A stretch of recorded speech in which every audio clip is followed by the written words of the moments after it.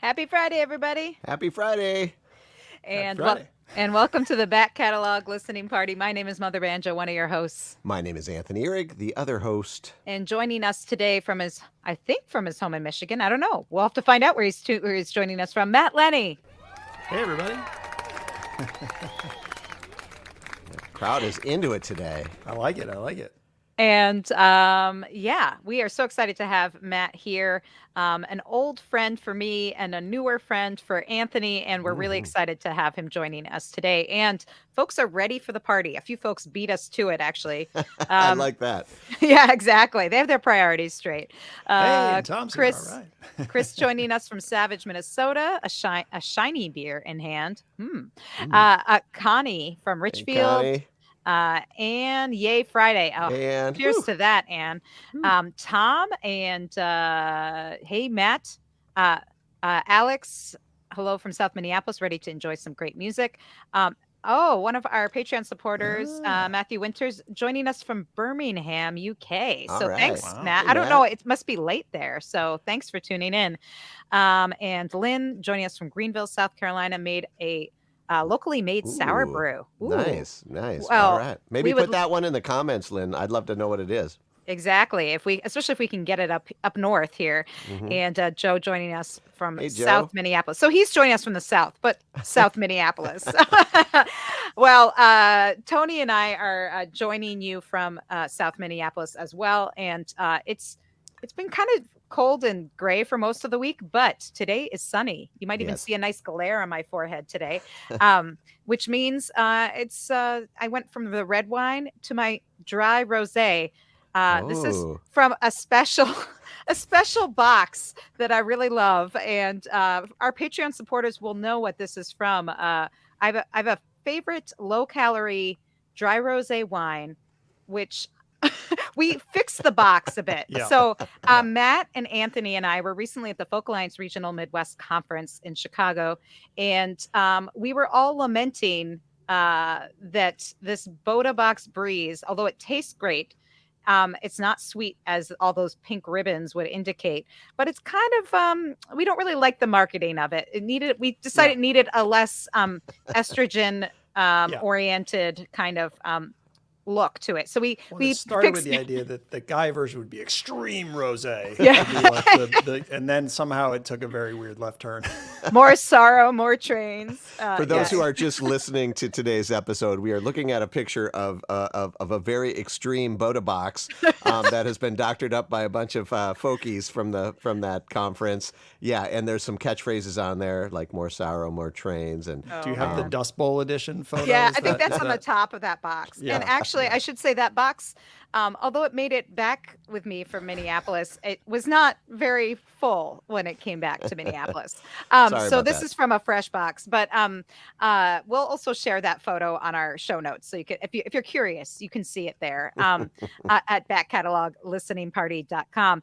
But Tony, I don't know if you're lucky enough to have any folk extreme wine with you. No. Although I am going back to the box of wine. It's really all that I had in the house. But it's doing the job. Yeah.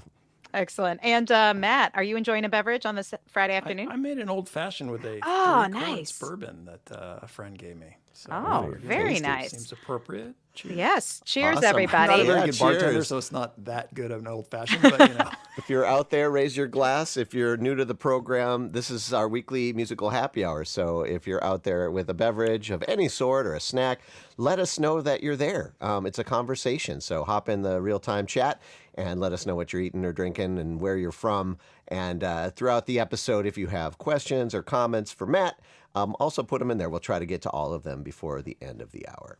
That's right. And again, this is the show where we invite different guest artists to revisit old records with us.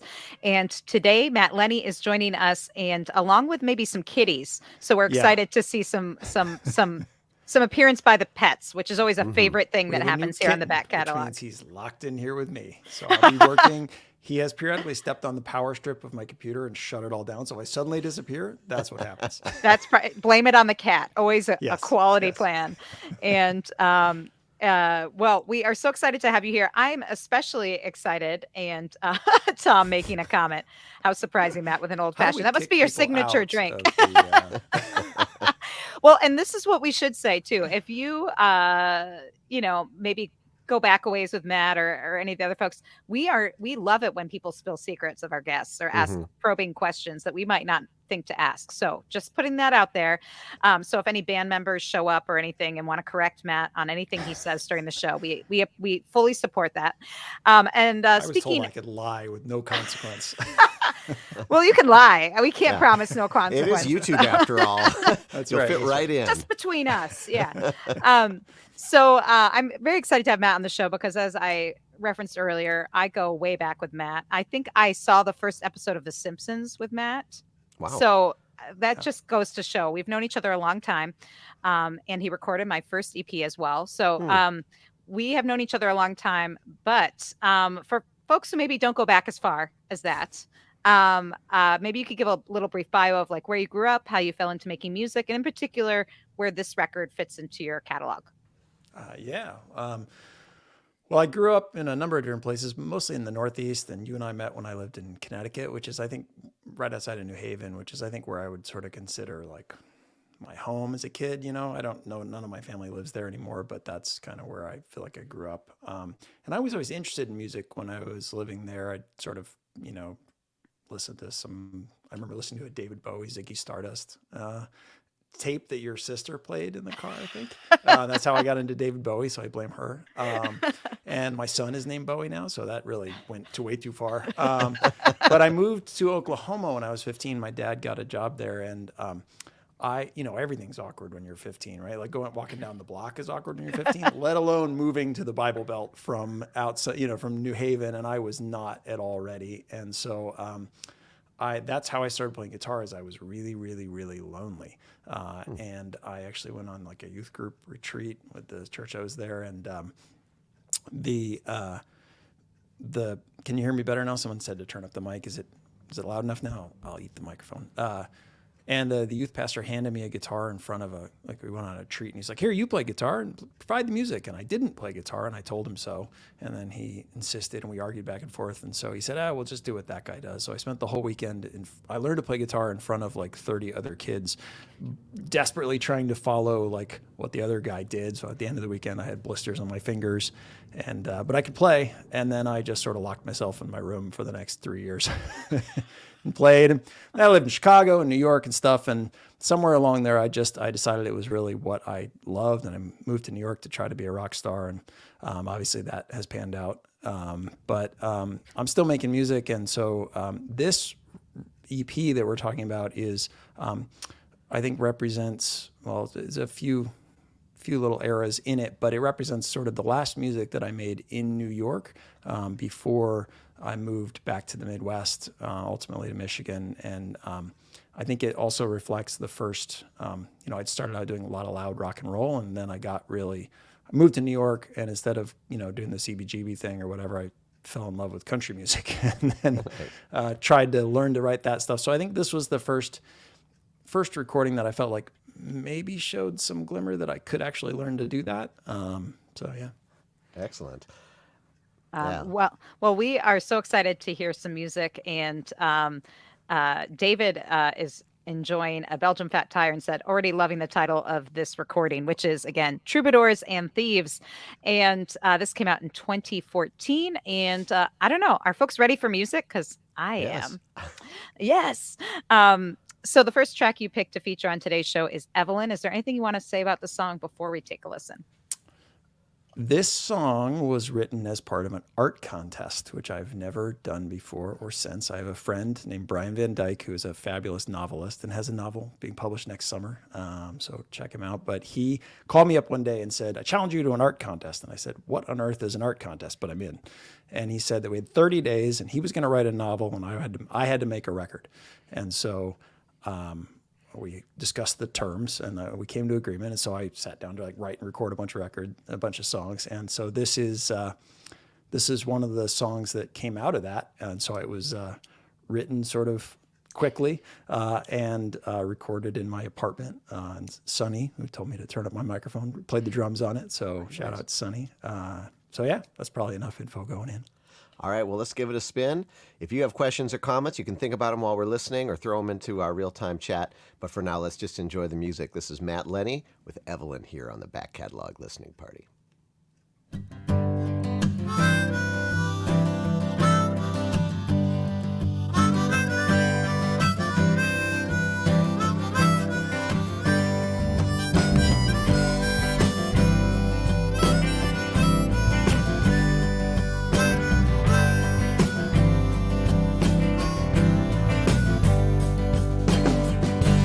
Evelyn, how could you do this to me? Evelyn, you set my heart free.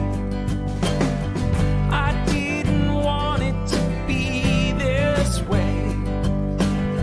I didn't want to hear what you had to say when you said to me what you said to me. When you said to me what you said to me was goodbye.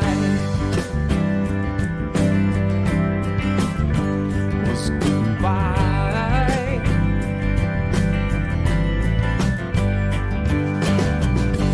Evelyn, I could have sworn you were the one. I wrote it down but didn't show it to anyone.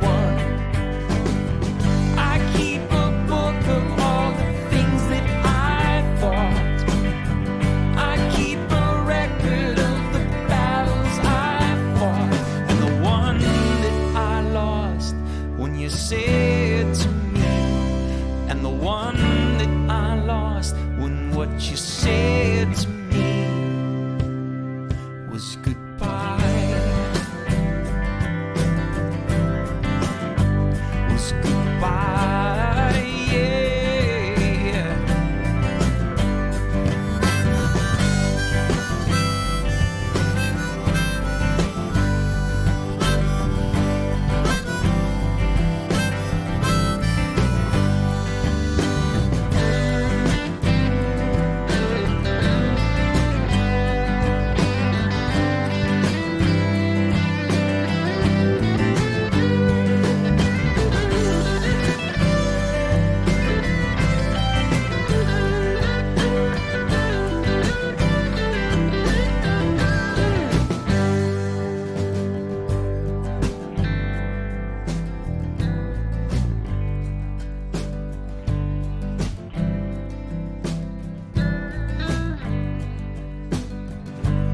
Evelyn, now here I am on my own.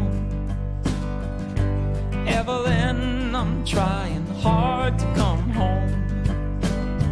My room is empty, my apartment is cold. How will I ever trust again when I'm told that they'll never say what you said to me? No, they'll never say what you said to me. Goodbye.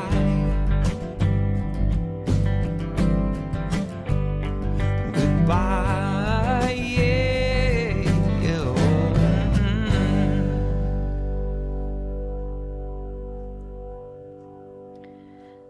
Matt Lenny with Evelyn from his 2014 album Troubadours and Thieves, which we are revisiting today on the Back Catalog Listening Party with Matt joining us from his home in Michigan.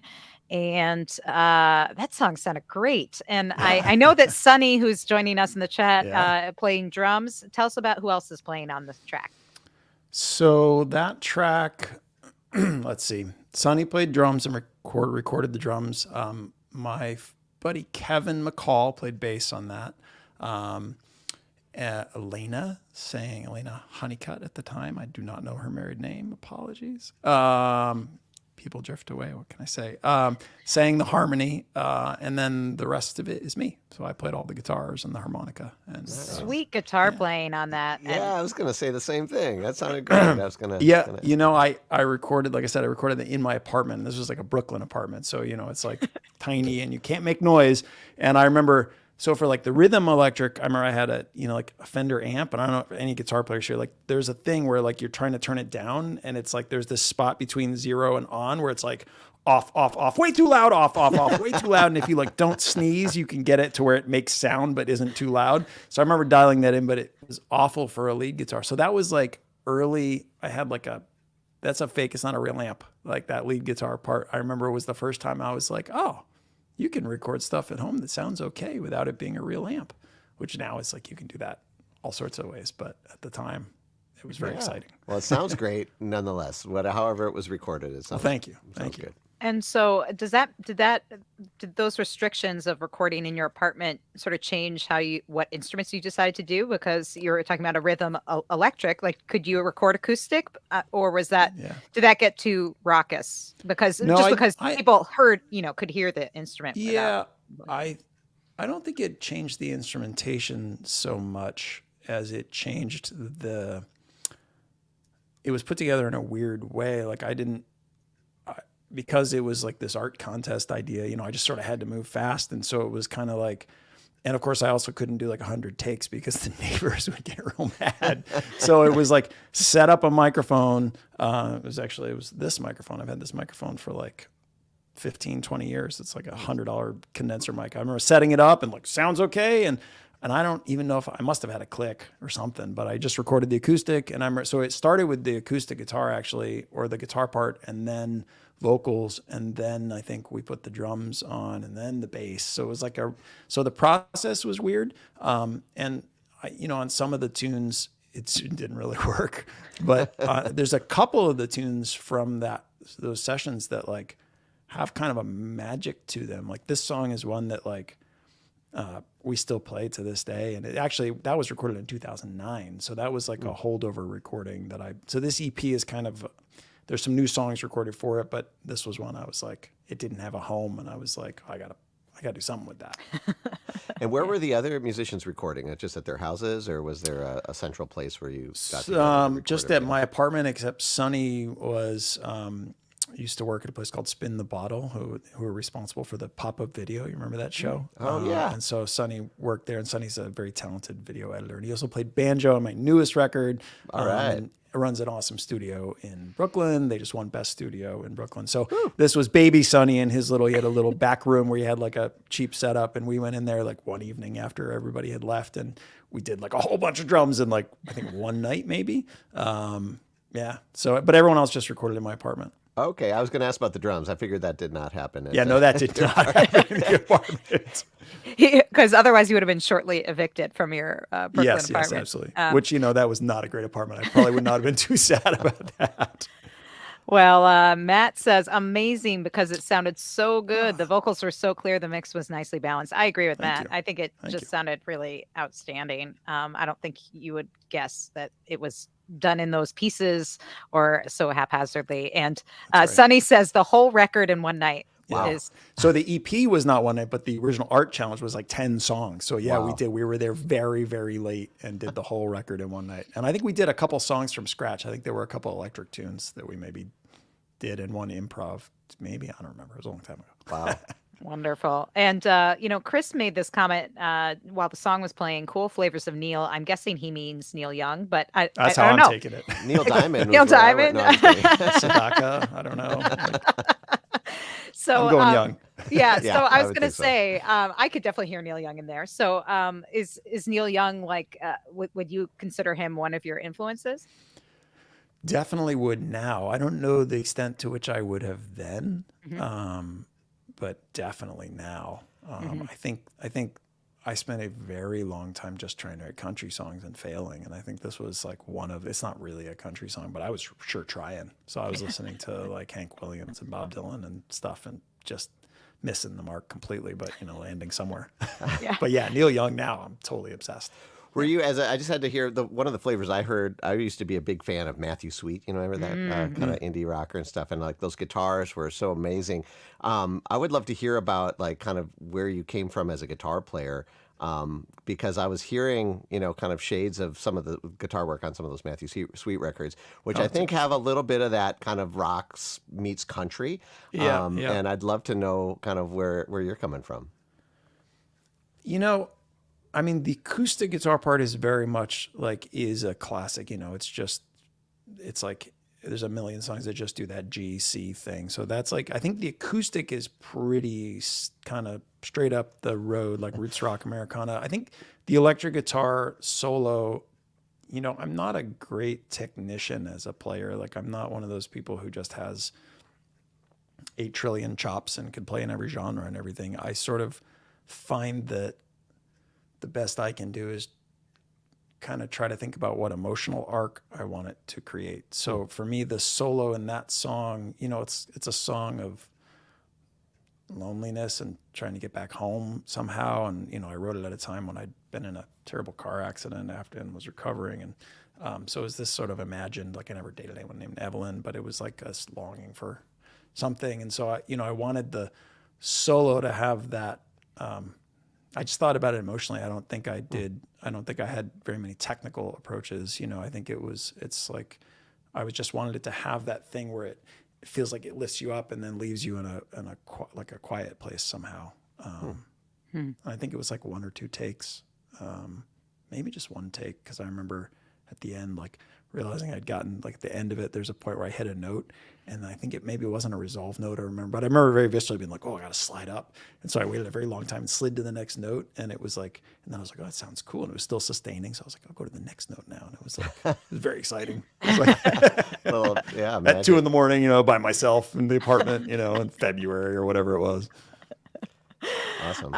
Well, I'm really interested in this idea that you you sort of discovered country music, not while you were in Oklahoma, but when you were in New York City. Yeah, like you do. Yeah, exactly. So I'd be curious. I know that you worked in a guitar shop for a while. Was that an influence of like what guided you towards country music, or? It was. First of all, that's where I met Sonny, who was probably one of my most significant musical collaborators, and I met a lot of friends and stuff there. But Steve Earle moved in around the corner from this guitar shop, and so we would and Roseanne Cash came in a bunch, and I was too stupid to know who she was really properly. She was very nice, but I didn't really. It's probably good that I wasn't as impressed as I would be now, And like Gillian Welch came in, I got to meet her, and I got to meet like all these like amazing people. But Steve Earle is a larger than life personality, and like he would just when Steve Earle came in the shop, you didn't have to wonder if Steve was there. He was there. And Ryan Adams was a regular customer, and he would come in various states of sobriety. But I remember Steve came in, and I remember the day he got new teeth. It was terrifying. They were blinding white and all this kind of stuff. But he was. He came in, and I talk about this on my website, but like, to me, like the whole thing about a song is like, you want that feeling of something happening. It's got to transport you somehow. You got to feel that thing where like, if you're seeing it live, like the hair on the back of your neck stands up, or you just sort of like, and that to me is, I call that like the song coming into the room, like we've all seen performers where it's like technically perfect and it's great and they're very talented and you're bored to tears. And then you see someone who's like maybe nowhere near as good, but like you feel it. And so to me, that's the whole thing. And so I was talking about how I play from an emotional perspective due to my own limitations, but like,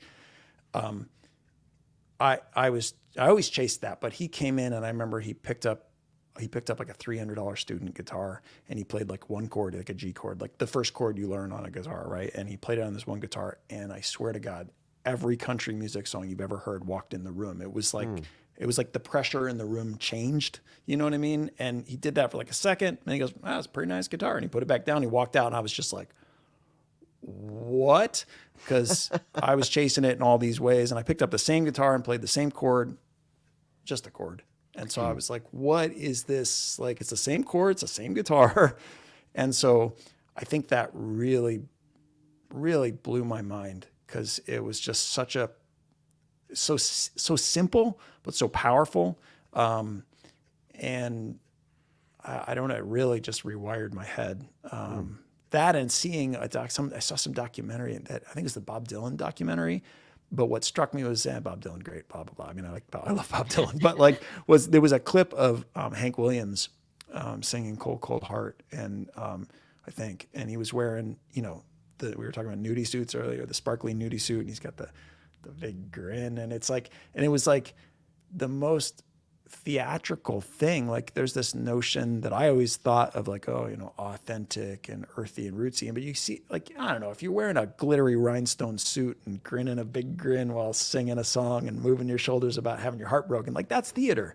And, and I loved David Bowie, and I loved all these larger than life rock and roll things, and realizing that, like, oh, wait a minute, you can do something really simple, and like even that rootedness, that earthiness, there's a performance in that too. That's not like who he is as a guy or something. That's art too. And so those two things together just really, it was like a revelation.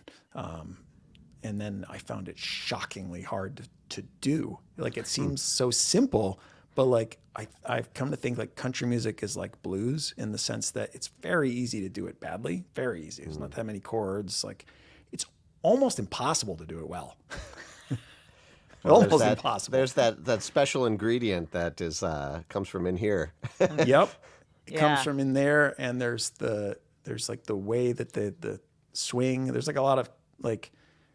There's a feeling element, but you can't just sort of earnestly feel it, which is what I tried to do for a very long time. You have to, there's like so many just subtleties to it that are the difference between something really sounding authentic to a tradition versus it sounding maybe good, but not quite in the tradition, which I think is sort of most of what my catalog is me, like, scrabbling at the outside of the tradition, trying to get in and producing some interesting experiments along the way. Yeah. How much? Well, go ahead. I was just gonna say, how much do you think of that is actually rhythm, like the subtleties of rhythm, like a little bit of groove, a little bit of swing, a little bit of whatever it is. That's just something I've been thinking about lately, about how that's often the thing that people aren't thinking about. They're thinking about the words. I think it's almost entirely in the rhythm. I think it's almost. There are things you can say about melody, certainly, but take something like blues, you take something like country, they swing, like the way they use swing or don't swing is totally different. And rock and roll uses those same elements in a totally different way. And so if you bring one approach to another genre, right, which is the classic example, that would be like a rock guy being like, I play blues. And you're like, no, you play blues changes with a rock feel, which is not the same thing. So yeah, I think rhythm is like a massively huge part of it. And country has this really interesting relationship that I am only just getting my toe into, about swing and the way like it swings. He has to swing a little bit, but not too much, and at different times. And like the subtlety of that is just mind blowing. I hear you on that. Yeah, and I would agree that sort of to me, the groove is everything, especially in roots related genres. But also I would say going with that is the phrasing, because that's another way to use rhythm. That's rhythm, right? With your voice as opposed to an instrument. Yep. And Doyle, our friend Doyle Turner, what's up? who was, by the way, I think part of the whole Dust Bowl He might edition. have helped drain that box. Yeah, exactly. Doyle Turner, great songwriter, says, "Hi, Matt. Your description of playing from an emotional versus technical perspective is hitting the mark over here. Love it." And well, we'd love to hear your comments. I need more music because, Matt, artists are always their own worst critic, but I know that we have some great songs in store, so I want to hit them as many as we can. The next track you wanted to feature on today's show was Unremarkable. Is there anything you want to say? I was on tour with a band that I joined, and we got hit, a band called Oh My God, and we got hit by a drunk driver in the middle of, at the very start of the second leg of the tour, when we were going to be on Conan and all these big things. And I thought my ship had finally come into port, and I was going to be a rock star in my favorite band. I was a fan for 10 years before they asked me to join. We get hit by a drunk driver, and timing matters in the music industry. And by the time we all, we all recovered, thankfully, but we all had pretty serious injuries. I was in the hospital for a month. I couldn't walk for 4 months. And by the time we all recovered, the moment was past and we never really gathered in. And I wrote this song in a wheelchair in Oklahoma at my parents' house during an ice storm when the power was out. It was good times. I think a lot of times my songs are me talking to me and saying things I don't otherwise know how to say. And I think that the physical aspect was rough, but the feeling that I wasn't going to ever get another shot, that the rest of my life was going to be unremarkable, was kind of how I felt about it. And so this song was me processing it, which if you'd asked me at the time, I thought I was writing a power ballad for Oh My God to play, but clearly I wasn't. I was writing a song to me about my grief at losing that. This is Matt Lenny, Unremarkable, here on the Back Catalog Listening Party.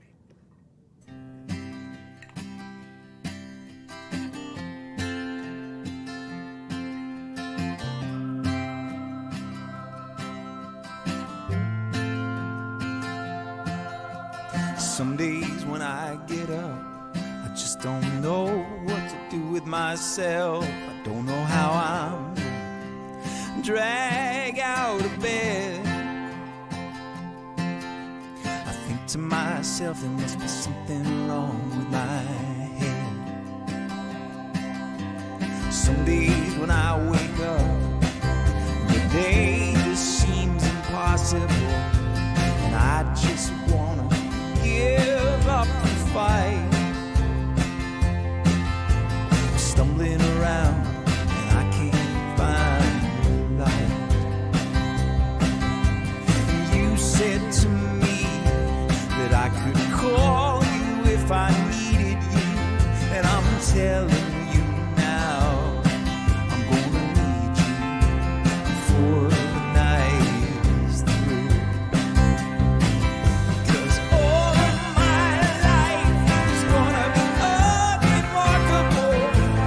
Nowhere to keep me, no one to hold me, nothing to show for all of this.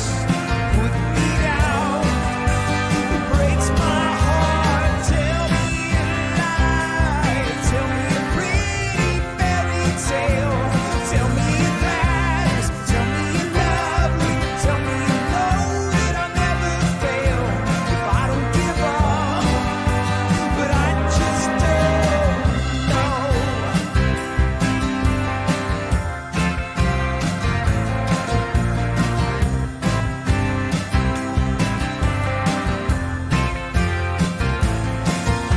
Were you my baby, or were you just somebody new, somebody else to pass through the time and keep me out of trouble in my mind? Were you my baby? Because I certainly thought you were. You were the one I could turn to and find that it wasn't mine. This was just some movie. 'Cause all of my life is gonna be unremarkable. Nowhere to keep me, no one to hold me, nothing to show for all of this. Put me down, it breaks my heart. Tell me a lie, tell me a pretty fairy tale. Tell me it matters, tell me you love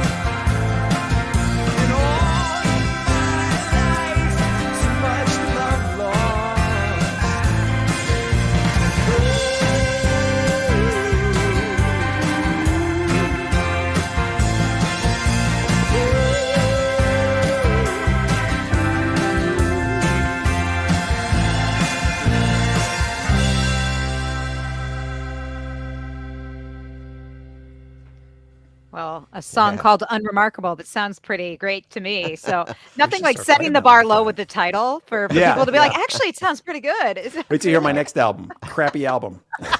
Sounded great. And I love that organ. Tell me Yeah. about the Yeah. organ there. That sounded great. So Brian Trennis played that organ, and he played on my newest record. He also recorded it. So that one, I had all these songs. This was actually in 2011, 2012 is when I recorded this and released it in 2014 because it took me 2 years to mix it because I'm a bad mix engineer. And so Brian, I had these songs and I was working on them with the drummer David Jameson, who played drums on that. And I was going to try to just make demos. And Brian is just a really fabulous keyboard player and guitar player and all around nice guy and a recording engineer, which I didn't know. And he was like, "Oh, I got the studio. You can come record there." And I was like, "Oh, sure." So we did, and he played keys all over it, and the keys really they just, I mean, you add a Hammond to something, and like you can dress up, just about anything with a killer Hammond track, and you'll get at least a B minus. Well, speaking of the groove, I mean, a Hammond really can help with Yeah. that, offsetting the rhythms and stuff. And I gotta shout out the bass player on that, Matt Bazile, played bass on that. And when he first played that bass line, I was like, "What?" Because I heard it. That's a great example of a song I thought was like a country song, and it's like clearly not. And but I'm always the last to know. And he had that bass line, boom, doop, doo, doop, boop, boop. And I remember thinking, I was like, "What?" And he's like, "Oh, it's like a Fleetwood Mac thing." And I just was like, "Yeah, you're right." And it was like, wow. It was like one of those things that to me, that made the recording of the song. I love that bass line, and it definitely drove like the way the guitar overdubs worked and all that kind of stuff. Well, speaking of other musicians, you kind of bill yourself as a band, right? Can you remind me what the name is? It's Well, this one is Breakdown? not billed as a band. This one is just me. Right, but I was just curious about yeah. like your relationship with these other musicians that come Yeah. in and the songwriting and arranging process, because it does, every artist has their own kind of take on Yeah. this. Sometimes it's like I come in and I'm the band director. Yeah, This is how yeah. it is, and other people Yeah. are like, I give it to my people, and they Yeah. turn it into something. And it sounds maybe it's like more towards the latter of that there. I think it's a little bit more toward the latter. So I generally go, when I have a band, I bill it as Matt Lenny in the Breakdown. And part of that was, and I've had a bunch of band names over the years, but that's the one that's kind of stuck around, is that partially it's just like to distinguish between like, here's me with my acoustic guitar versus like it's a band experience. But I have been very lucky and blessed to have for whatever reason, I know a lot of really great musicians who are willing to spend time with me. So I use, on different albums, it's kind of a cast of usual suspects, but some of them come and go, like they're not all in all the things. But yeah, my approach is generally, again, it comes back to that thing about how I play guitar, is like I don't usually have very many opinions about like what someone is going to play. Like I'm definitely not one of those, I'm not good enough to like play this, right? Because first of all, if I did, I would probably just do it. So like, but also I'm just not, I don't think that way. So to me, it's like, I know like what the emotional map of the song is, right? Like I think about songs like, you could like make like what are those maps called where they show the elevation, like Topographic map? Yeah, topographic. Like the topographic map of the song is very clear in my head. Like in general,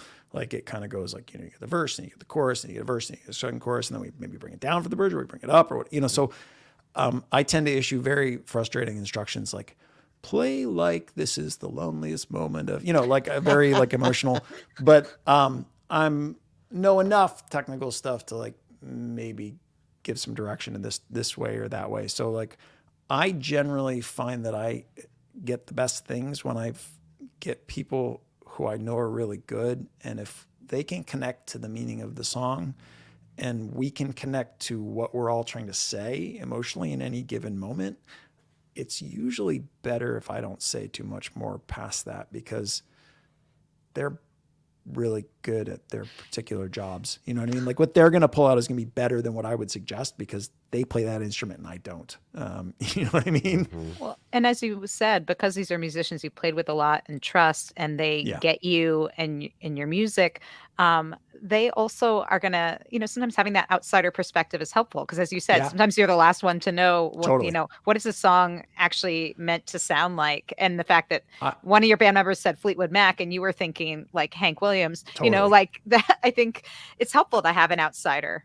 I think it's also I love music nerdery books and reading about production and recordings. I love the See us nodding. Process. Yeah, like I would live in the recording studio if I could. Like I love it so much.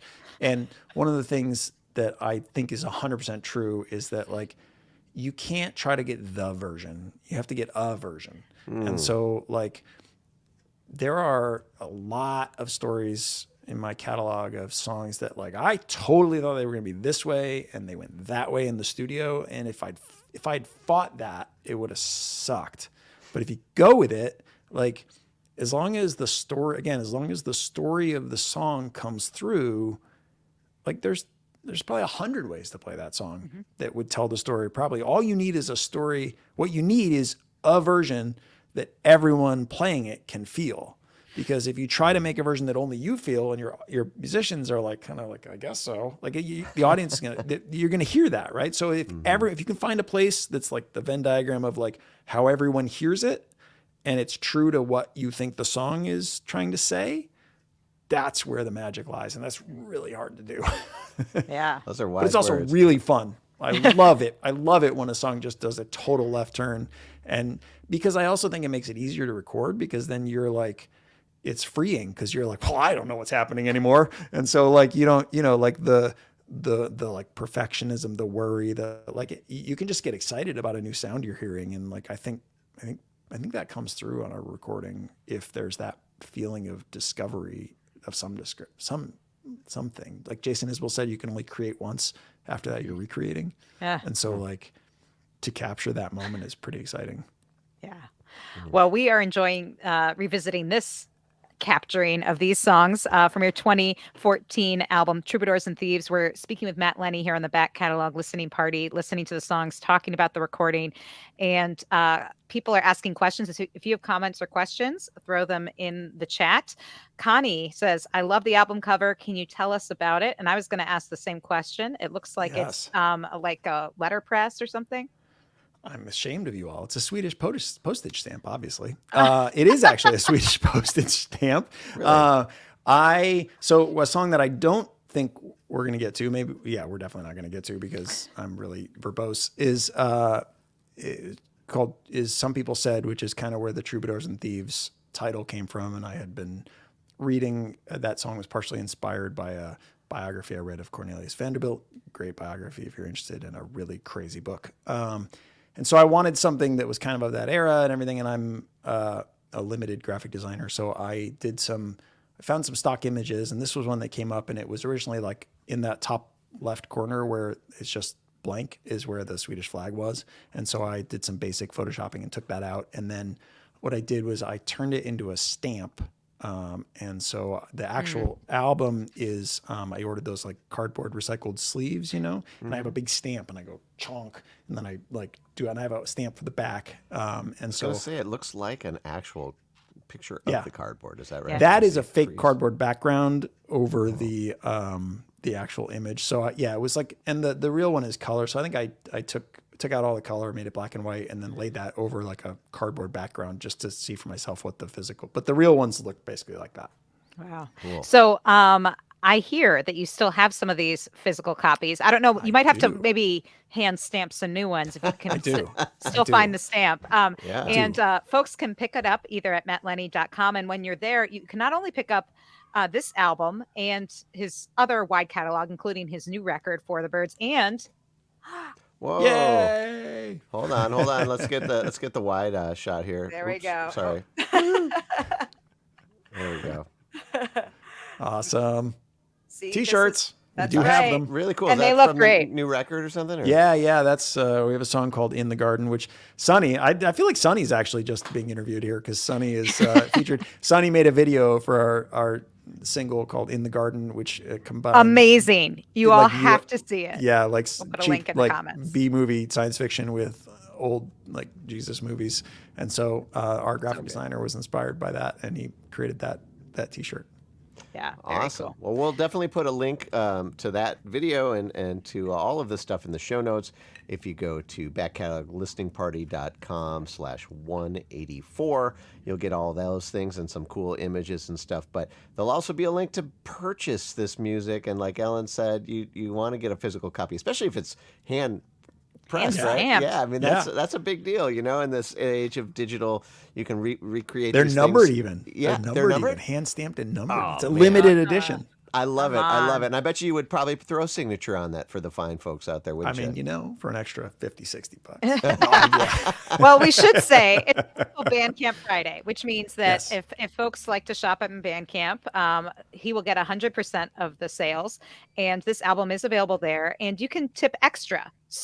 Or you can pay what you want. So you can be like, I want the signature version. Here's my extra $50. There So you go. you can do that there. So that's another You way should. of supporting Matt Lenny's music. We need to get to the next track because we're going to get Yes. at least This 4 should have been a tracks. 2-hour episode. I can already tell. Pretty Matt, much. we're also. I think when you mentioned you love Sorry. nerding out about this stuff, We were like- I realized what was happening here, and that is that this is just way too much fun to talk about. But Ellen's right. The music is what brings us all together and what we need this weekend. So yeah, we're gonna move forward with the next track, which is "One Foot on the Road." Anything you'd like to say about this one? I heard Angel from Montgomery, and I thought, oh, I'll write a song from the point of view of a woman. And so I attempted to do it, and then I was like, well, and this was the first, I think, of the Neil Young influence. I kind of came out in this one, so that's all I'll say. In the interest of time. All right. Well, if you do have questions about it or comments while we're listening, throw them in the chat. And for now, let's enjoy the "One Foot on the Road" from Matt Lenny here on the Back Catalog Listening Party.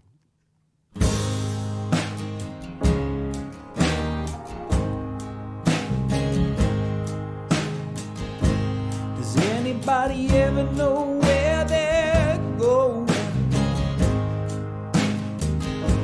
Does anybody ever feel they've arrived?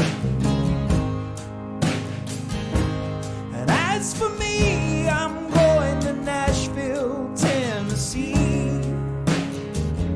That's where my baby gonna feel alive.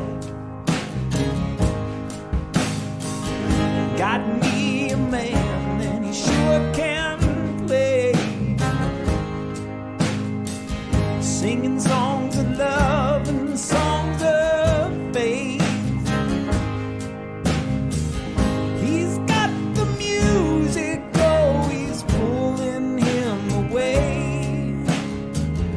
And I never know where we're gonna stay. One foot on the road, mama.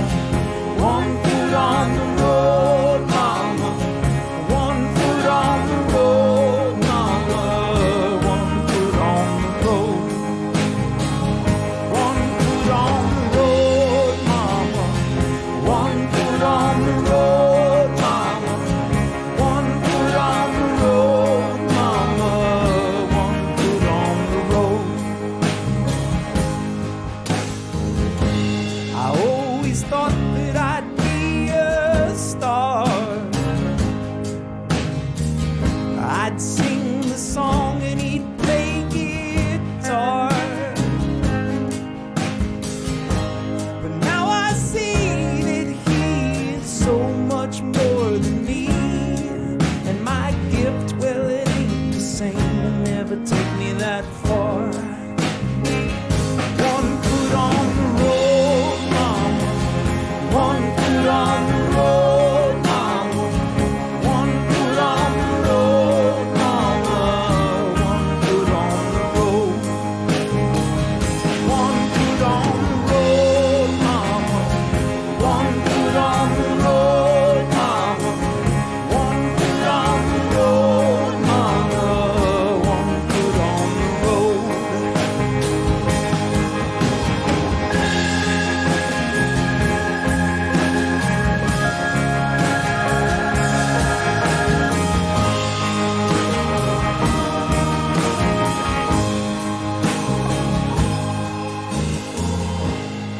anybody ever know where they're going? Does anybody ever feel they've arrived? And as for me, I'm going to Nashville, Tennessee. That's where my baby gonna feel alive.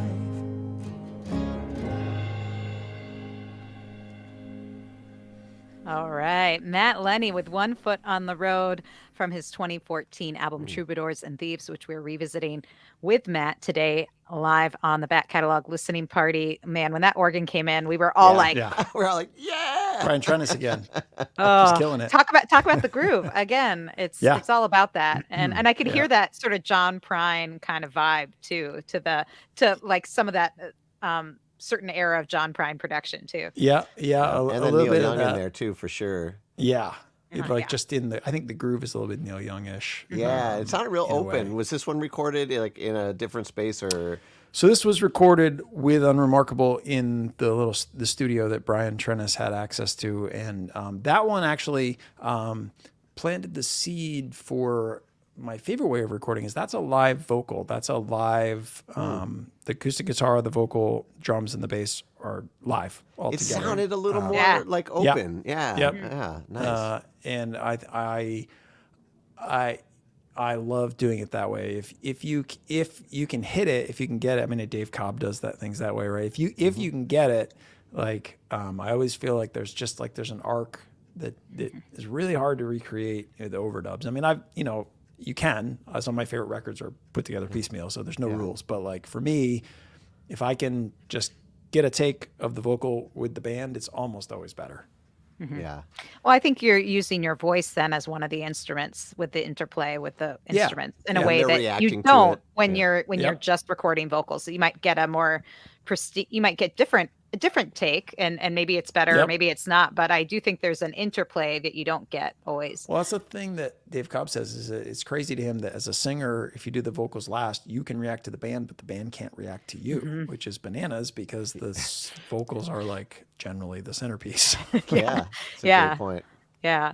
Well, the hour is going by super fast today. Way And too I fast. do want to mention that you can get this record that we've been revisiting today, Troubadours and Thieves, the hand stamped version at mattlenny.com. You can also get the t-shirts that I'm wearing. Also, he has a new record out with his band, The Breakdown, which is amazing, called For the Birds.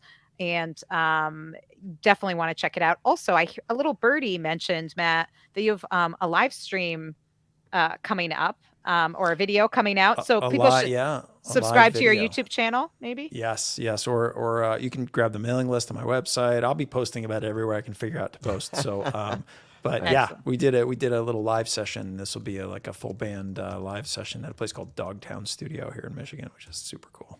Excellent. So you'll want to follow Matt Lenny on all the places so you can learn about all the things he is up to. And I want to thank all the folks that allow us to do this every week and invite great artists like Matt to talk about the process and the songwriting and all the good stuff that we all like to geek out about. So these are the folks that have kept us doing it for 184 episodes. What? Wow. How's that even possible? So we want to thank these folks: Penny, Anna, Linda, Bevan, Connie, Vaughn, Alan, Chris, Alex, Becky, Galen, Peggy, Joe, Jim, Beverly, John, Fred, Tim, Sarah, David, Jocelyn, Court, Matt, Steve, Mark, Homestead, Pick and Parlor, Severin, Lynn, Mary, Many Tracks, Nikki, Joni, David, Sarah, CJ, Wiley, Stephanie, and maybe you if you want to join our Patreon. And if you want to geek out more, our Patreon supporters not only get a weekly blast where Tony or I give some extra backstories about both the guests and other antics behind the scenes.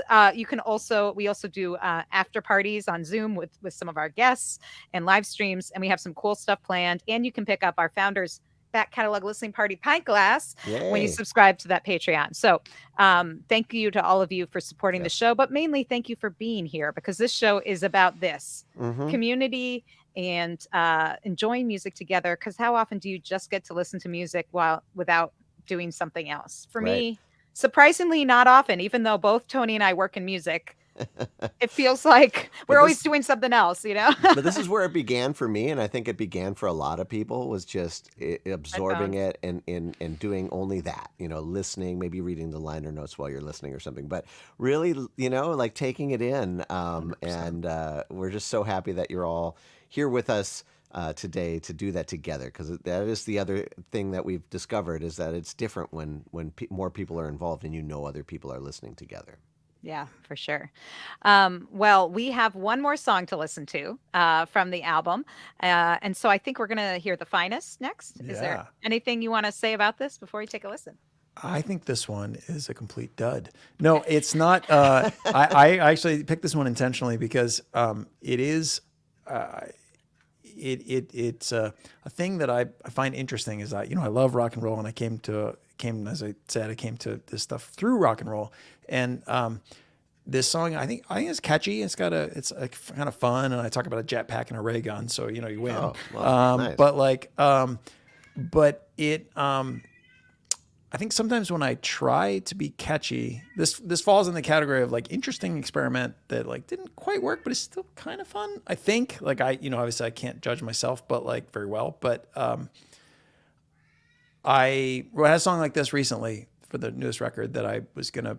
I played for the producer, and he was like, "Yeah, it's okay," and I was like, "It's really catchy." He's like, "Oh yeah, it's the catchiest song you have," and I said, "Well," he's like, "But there's no, I don't feel it." And I thought, so I think there's something interesting that I'm still working out. I think that's why I thought it would be interesting to play. I'm still working out. I want to figure out how to like marry. I think I can write a catchy hook, and I think I can play like an upbeat rock tune, and like there's some potential in there that I haven't figured out yet. But I got to figure out how to do that without losing the like craft and the like soulfulness that I think I've learned to put in some of these other songs. So this one is like an interesting like cautionary tale. / like maybe an indication of where I want to try to figure out next. And I think it's because I didn't spend as much time the way I did with country music, like just digging in and just trying to learn it, because it was so alien to me that I think that like learning the tradition was really good for me, whereas rock and roll felt like home. So I was like, I don't need to study this. Turns out you do. So was the experiment, just to kind of clarify here, the experiment was to write a catchy song? Is that what? No, I think I just wanted to write like I wanted to write like an upbeat rock song that was kind of catchy. And Okay. I think that it's hard to say how it feels, but to me it doesn't. I think it's kind of catchy, but I think it's sugar-free somehow. Like there's something, it's like Olean, like it's not, it's like too many songs like that, you're going to be feeling a little weird. Like, Yeah. I don't know. There's something They about have it. some side effects that you weren't But I ready think the for. bridge on this song is absolutely fabulous. And I think it's because the bridge, I wasn't thinking about it. I just was I think I got back to that. Like, I just want to take us somewhere. And so I think in the rest of it, I was like, I'm going to write something catchy. And I sort of did, but who cares? And then the bridge hits and it's like, oh, this is a thing. At least for me. Again, you might be like, the bridge is terrible, but for me, that's how it works.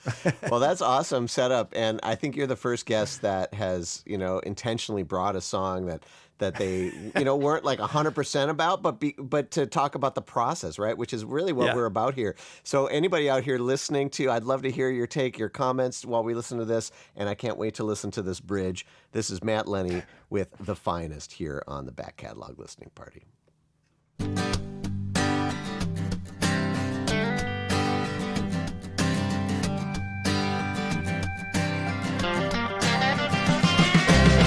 Getting ready to leave the house, gonna go out for the night. Gonna get them drinks, gonna put it down like a boxer in the light. Being round, gonna shake it up, gonna get on down. A tornado gonna hit this town, and everybody gonna shout some more. Get everybody on the dance floor.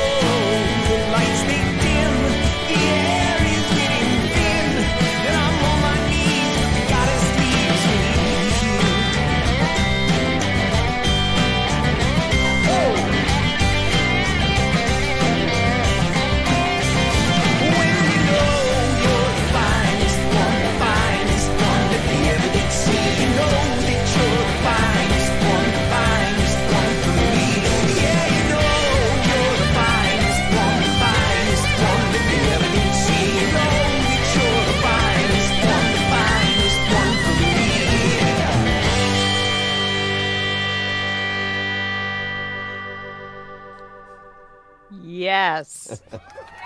Yeah. I don't know. I think Tony and I are on board. I think Tony was saying offline that he was like, sometimes the rocking is the end in itself. And I will say that rocks pretty hard. And Chris Yeah. says, turn it up to 11. And we certainly did on our end. So if you, again, that's Matt Lenny, the finest from his 2014 album Troubadours and Thieves, which we have revisited today with Matt, joining us from his home in Michigan with the cats. My cats were joining in too, actually, in that I was last wondering section. where that was coming from. Yeah. It was coming from my house.